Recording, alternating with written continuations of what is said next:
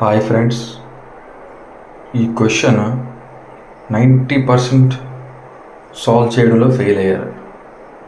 Okay, ఇక్కడ మనం find చేయవలసింది ఏంటంటే క్వశ్చన్ మార్క్.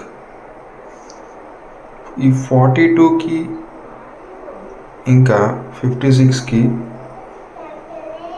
రిలేషన్షిప్ ఏంటి అనేది మనం ఫైండ్ చేద్దాం. 42ని మనం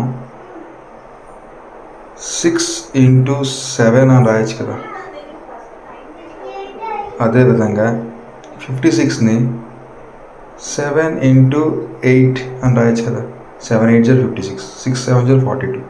అంటే 6కి ఒకటి యాడ్ చేస్తే 7 వచ్చింది, 7కి ఒకటి యాడ్ చేస్తే 8 వచ్చింది. సో ఇదే విధంగా 110కి ఇంకా క్వశ్చన్ మార్క్కి ఎటువంటి రిలేషన్షిప్ ఉంటుందో చూద్దాం. 110ని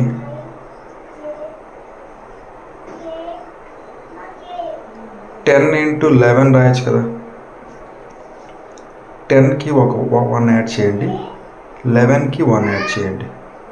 10 + 1 11, 11 + 1 12. అంటే 11 into 12 ఎంత అవుద్ది? 132. So 132 is the right answer.